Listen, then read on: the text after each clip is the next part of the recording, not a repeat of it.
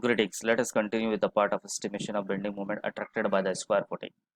For this purpose, let us consider critical section under bending lies at the junction of the column and the footing. Let B be the width of the square footing, small b be the transfer depth of your column, and small a be the width of your column. Then the projection along x direction will work out to be b minus a divided by 2, and projection in y direction work out to be capital B minus small b divided by 2. Then the moment attracted at the critical section by the footing will be equals to net upward pressure multiplied by the lever arm.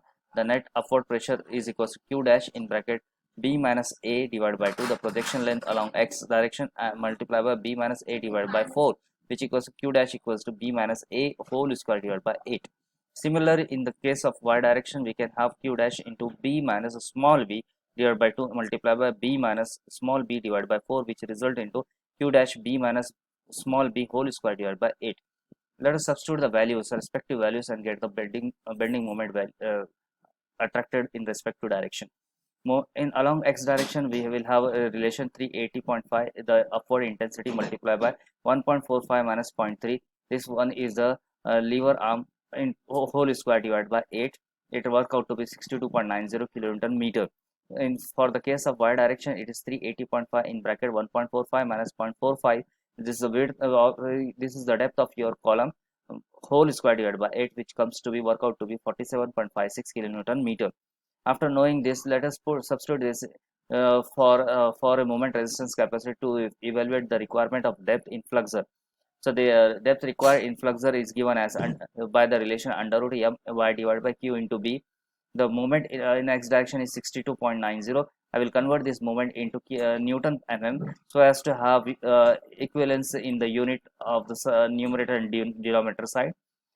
Divided by 0.61, this one is the coefficient which comes from the consideration of WSM method, multiplied by 1450.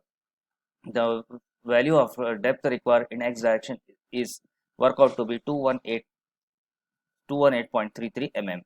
Similarly, if you move towards the y direction, I will have a relation under root m divided by q into b, which is equals to under root of 47.56 into 10 raised to 6 divided by 0.91 into 1450, which can work out to be 189.85. Now let us talk about the shear force attracted by the footing. The square footing will be subjected to two types of shear force. One is said to be one-way shear, and the second one is said to be a punching shear.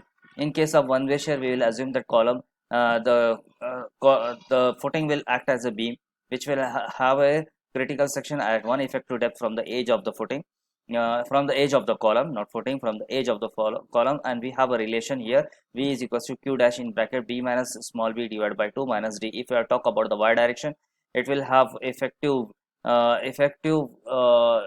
width here for where the shear force will lie is equals to b minus the projection minus 1 effective depth from it, and then the shear stress will be work out as a v divided by b into d. That is a cross section, as we are assuming it as a beam. It will have a width equals to b and depth will be equals to the depth of the footing.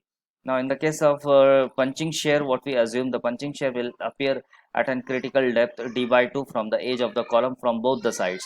So here the statics will that there will be a balance between the net upward pressure acting at this critical section and the load which is coming from the column within this critical section. That's why we have a static V equals to q dash in bracket b into b.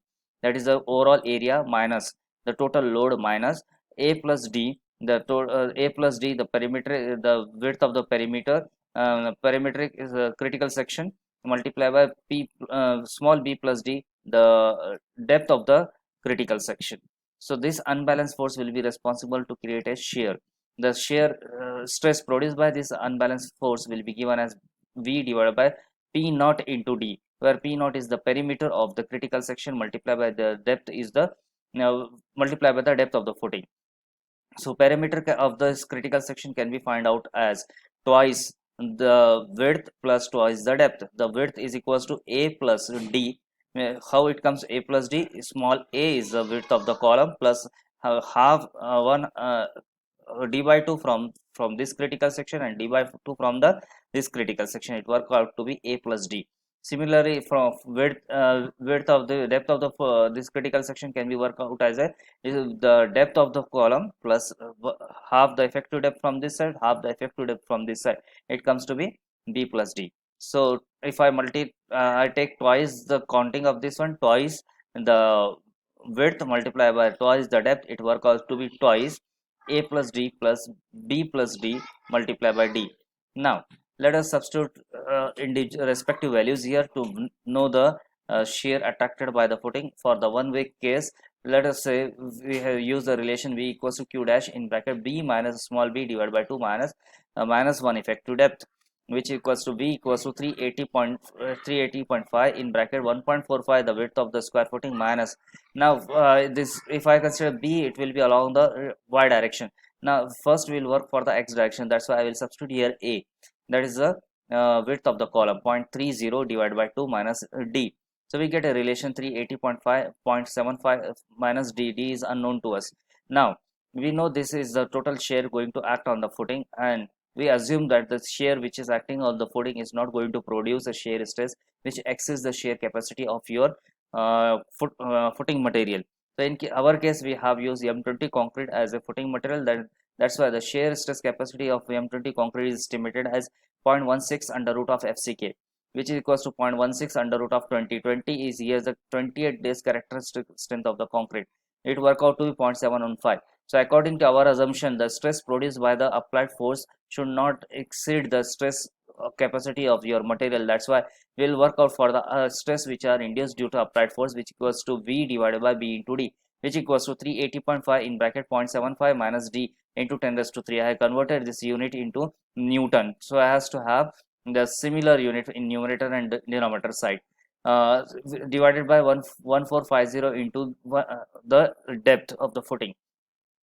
Depth of the footing is unknown to us. Now for an equilibrium, we'll equate both the shear stress carrying capacity of the material versus the shear stress produced by the applied force, which equals to 0.715 equals to 380.5 in bracket 0.75 minus D into 10 raised to 3 divided by 1450 into D. From this relationship, what we will get a quadratic equation which will result in the values of D. I will consider the positive value of D, which comes out to be 0.573 meter.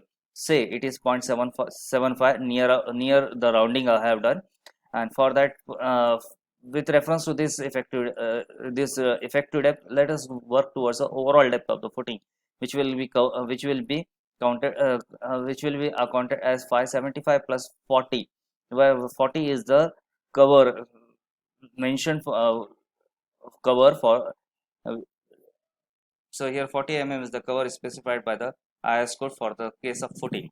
So the total depth of the footing work out to be 615 mm.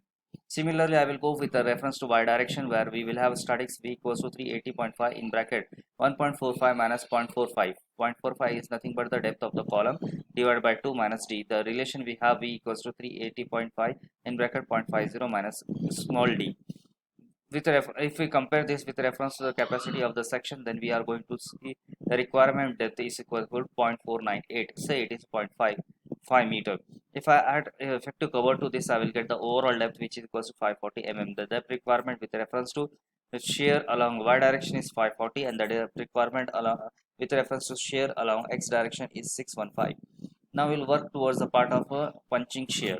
In case of punching shear, we have a statics V equals to Q dash in bracket B minus B into B, where this B into B is nothing but the total area of the footing minus the area of the critical section A plus D multiplied by B plus D. This is the width of the critical section multiplied by the depth of the critical section. If I substitute the respective values, I will get 380.5 in bracket 1.45 multiplied by 1.45 minus 0.3 plus D multiplied by 0.45 plus D. After solving this, I will get a relationship 547.49 into 10 raised to 3 minus 285.375 into 10 raised to 3 into D minus 380.5 into 10 raised to 3 into D square. This is in terms of unknown parameter D. Now I will equate this with reference to the capacity shear stress capacity of the material, and I will try to solve this. This will result to a cubic equation, which is equals to 380.50 into 10 raised to 3 D square plus 286.44 into 10 raised to 3 into D minus 747.49 into 10 raised to 3 equals to 0. After solving this equation, I will get depth requirement equals to 1.047 meter. That is 1047 meter. I will say it is 1050 1.047 meters, say it is 1.050 meters. Now overall depth can be worked out as a 1050 plus 1 adding cover to that, it comes to 1090. Now in this case we have four depths. Two depths requirement with reference to flexure in x direction and y direction. Similarly, three depths requirement with reference to one way shear and punching shear. From among all this, the maximum depth I am going to adopt for designing of the section. Now in this case, one may decide that I will not go with reference to this much of requirement of depth. Then there is a provision that you can have a step footing or isolated footing, or you may have the other provisions for it. This will be deal in detail when we will work for the RCC designing section of this one. For an introduction, I will limit that I will work with a maximum depth required for this one. After knowing the maximum depth, what we can do, we can find out the rebar requirement. And for the rebar requirement, we have relation AST is equals to M divided by sigma ST into J into D. Since moment is attracted by the both the direction, the requirement of steel will be on the both the direction. That's why AST is equals to 62.90 into 10 raised to 6 for x direction divided by 230 multiplied by 0.9 into 1050, where I have put the sigma ST, the tensile stress capacity of your steel. For the Fe415 grade, we have 230 the tensile stress. J is the lever arm constant, which is 0.90 multiplied by 1050. This one is the depth, effective depth which I have adopted. From this relation, I got the requirement of steel is 289.39. In similar fashion, I will work out for the ASTY. For the y direction, I will substitute the moment in y direction 47.56 into 10 raised to 6 in this relationship. The other parameters remains constant. It results into a value of 218.81. Now after knowing the steel requirement, I can have the placement of the steel, I can have a spacing of the steel. I will leave this part since it's just to introduce how the footing design is there. Let us move towards the next case. Next numerical. In numerical, the statement is made that determine the depth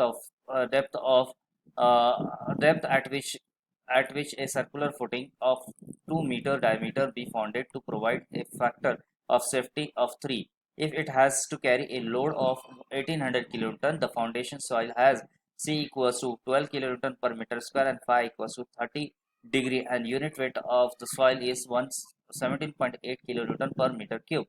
Use Karasagi analysis.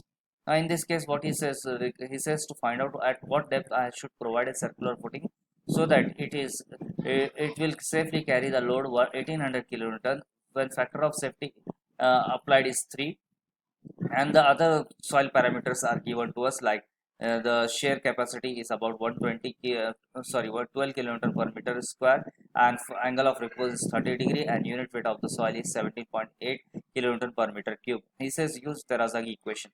In absence of any mentioned method, the failure criteria like general shear failure or local shear failure or punching shear failure, we will generally work out with reference to general shear failure. So with reference to general shear failure criteria and Terasagi table, for phi equals to 30 degree, we get bearing capacity coefficient NC equals to 37.2, NQ is equals to 22.5, and N gamma equals to 19.7.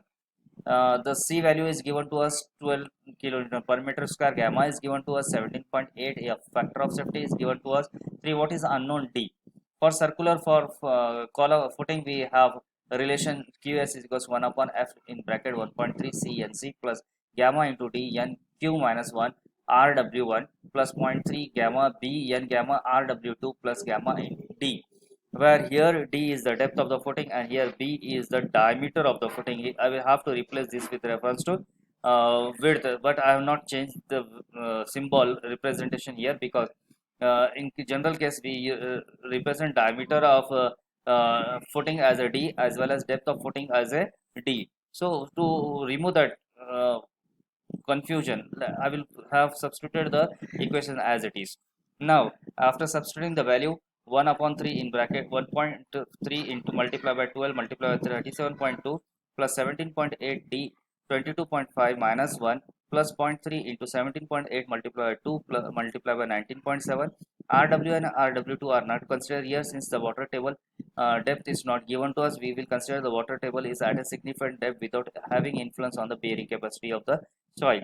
And 1.78 times of D. D is unknown here. D here is unknown, D is here unknown, which is said to be depth of the footing. So I will get a relation in terms of D